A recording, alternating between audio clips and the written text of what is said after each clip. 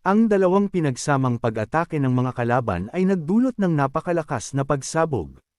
Ngunit labis silang nagulat nang makita nilang nagawa ni Lin Yi na salagin at kanselahin ng ganoon kadali ang buong lakas ng pinagsama nilang kapangyarihan. Samantala sa ibaba, agad na kumilos ang kanilang pinuno. Bumuo ito ng matalim na enerhiya ng hangin at mabilis na umatake patungo sa likuran ni Lin Yi. Subalit bago pa man siya tuluyang tamaan, agad na ginamit ni Lin Yi ang kanyang shadow attribute upang bumuo ng isang matibay na kalasag bilang proteksyon. Natigilan ang pinuno ng mga kalaban sa kanyang nasaksihan. Bago pa man ito makakuha ng pagkakataon, matalim na tumitig si Lin Yi at agad na inutusan ang kanyang anino na gapyusan sila. Napasigaw sa gulat at pagtataka ang mga kalaban dahil hindi nila maiwasang may tanong kung kailan pa nagawang kontrolin at pakanabangan ni Lin Yi ang kanyang anino ng ganoon kagaling. Inis silang nagpumiglas, ngunit kahit anong gawin nila ay hindi sila makawala sa pagkakagapos. Sa mga sandaling iyon, gamit ang malaking kamay na nabuo mula sa anino, bumuo si Lin Yi ng isang gintong palaso ng enerhiya. Habang naghahanda siyang umatake, malamig niyang sinabi na saan man umabot ang kanyang gintong palaso, ang lahat ng tatamaan nito ay mawawasak. Habang patuloy na nakagapos, nagtataka ang pinuno ng mga kalaban kung bakit hindi niya magamit ang kanyang cultivation technique at kung paano posibleng magkaroon ng babaeng ito ng ganoon kalakas na kontrol sa mga trono. Ngunit bago pa man niya malaman ang sagot, pinaulanan na sila ni Lin Yi ng mga gintong palaso na agad na nagdulot ng napakalakas na pagsabog. Nang unti-unting maglaho ang makapal na usok sa kanyang harapan, tumambad kay Lin Yi ang tatlong trono ng kanyang mga tinalong kalaban. Agad niya itong nilapitan at kinuha. Habang sinusuri ang mga ito, naisip niyang ang Wind-type throne ang pinakaangkop sa kanya bilang isang offensive-type throne. Tungkol naman sa dalawa pang trono, napagpasyahan niyang itabi muna ang mga ito. Naalala rin niya na mayroon ding Lord of the Rain-type throne sa Xia Country. Ngunit ang Frozen Rain attribute na nakuha niya ay medyo mahina pa.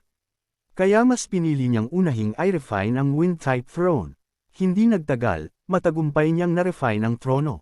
Huminga siya ng malalim at mahigpit na ikinuyom ang kanyang kamao. Napagtanto niyang ang Wind-type throne ay kabilang din sa second sequence katulad ng sa kanya, kaya hindi naging napakahirap para sa kanya na mapasuko ito. Ngunit matapos itong ma-absorb, hindi niya inaasahang magiging ganito kalakas ang epekto nito. Talagang napakalaki ng naitulong nito sa kanyang lakas at naramdaman niyang muli na namang umangat ng isang buong antas ang kanyang kapangyarihan. Kalaunan, ipinalabas sa bansang Xia ang balita na muling nagkaroon ang kanilang bansa ng isang napakalakas na Lord of the Offensive-type throne. Ang Lord of the Metal-type throne na ito ay mag-isang tinalo ang tatlong kalaban at sa isang laban lamang ay nakuha ang tatlong trono. Sa kasalukuyan, ang Valkyrie na ito ay tumutulong sa Lord of the Sun God throne, at mukhang mataas ang kanyang posisyon sa maraming mahahalagang tungkulin. Ang pangunahin niyang inaasikaso ngayon ay ang manatili sa bansang Xia upang mapanatili ang katatagan ng sitwasyon, at posible ring siya ang maging kahalili ng Lord of the Sun God throne na kilalang Sealer. Nagtungo si Lin Yi sa Tai Chi City Spirit Association upang suriin ang kanyang buong lakas. Sinabihan siya ni Su Qingying na matapos ang kanyang pakikipaglaban ay sumikat na rin siya sa buong mundo. Tama rin ang kanilang mga hula dahil ang kasalukuyan niyang datos ay talagang napakalapit na sa antas ng isang first sequence. Throne. Kalmadong sumagot si Lin Yi na masyadong mabilis ang mga pangyayari. Mabilis na kumalat ang balita tungkol sa mga Throne Master nitong mga nakaraang araw, kahit na napigilan niya ang mga ito sa pagkakataong iyon. Ang kanyang pinsan na si Fang Yi rin ang nangunguna sa Divine Punishment Team, ngunit palaging may mga taong tulad ng mga kabute na biglang sumusulpot upang samantalahin ang katotohanang wala ang kanyang pinsan sa bansang Xia. Sinabi rin niya na matapos ang sunod-sunod na insidenteng kinasasangkutan ng mga Throne Master, nagsimula na ring gayahin ng bansang Xia ang bansang A sa pagpapatupad ng mga lihim na hakbang sa seguridad. Sa kasalukuyan, mayroon ding ilang Throne Master na kabilang sa classified secret files, at ayon sa utos ng kanyang pinsan at ng headquarters, hindi muna sila kikilos. Sinang-ayunan ni Su Qingying na tama lamang na mag-alala si Lin Yi, dahil ang mga Throne Master na kasalukuyan nilang ipinaalam sa publiko ay ilan lamang. Napakalawak ng teritoryo ng bansang Xia, at ang mga pambihirang kayamanan at likas na kababalaghan dito ay kabilang sa pinakamahusay sa buong planeta. Dahil dito, mas sagana at mas makapal ang spiritual energy sa lugar na ito, na nagdudulot ng pinakamalaking krisis ngunit kasabay nito ay isa ring napakalaking pagkakataon.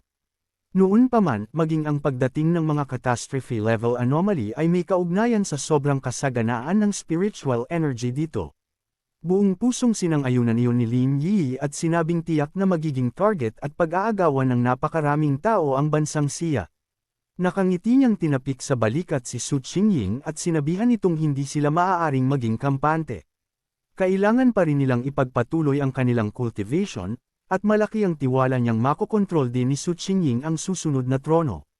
Nagulat naman si Su Qingying at nautol na sumagot na gagawin niya ang kanyang makakaya, bagamat depende pa rin daw yun sa kanyang swerte. Samantala, sa kanlurang hangganan ng bansang Xia, partikular sa Snow Mountain Plateau, 3 lalaki ang matagumpay na nakalusot sa barrier. Tuwang-tuwa ang mga ito habang lumilipad pababa.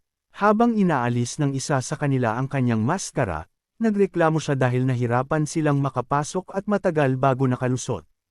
Ngunit napaka-epektibo ng bagong camouflage technique na ginawa nila, dahil kahit sobrang higpit ng depensa sa hangganan ng bansang Xia ay nakapasok pa rin sila kahit muntik na silang mahuli. Pinuri naman siya ng kanyang kasama at sinabing siya ang nag-iisang dakilang tao na makapagbabalik sa bansang B sa tuktok ng mundo, isang napakalaking tanda ng swerte para sa pagbangon ng kanilang bayan. Sinang-ayunan nito ng isa pa nilang kasamahan at sinabing hindi niya kailanman makakalimutan ang sandaling piliin ng pinakabanal at pinakamalinis na liwanag ng buwan ng kanilang pinuno, kung saan talagang napaluha siya sa kagalakan.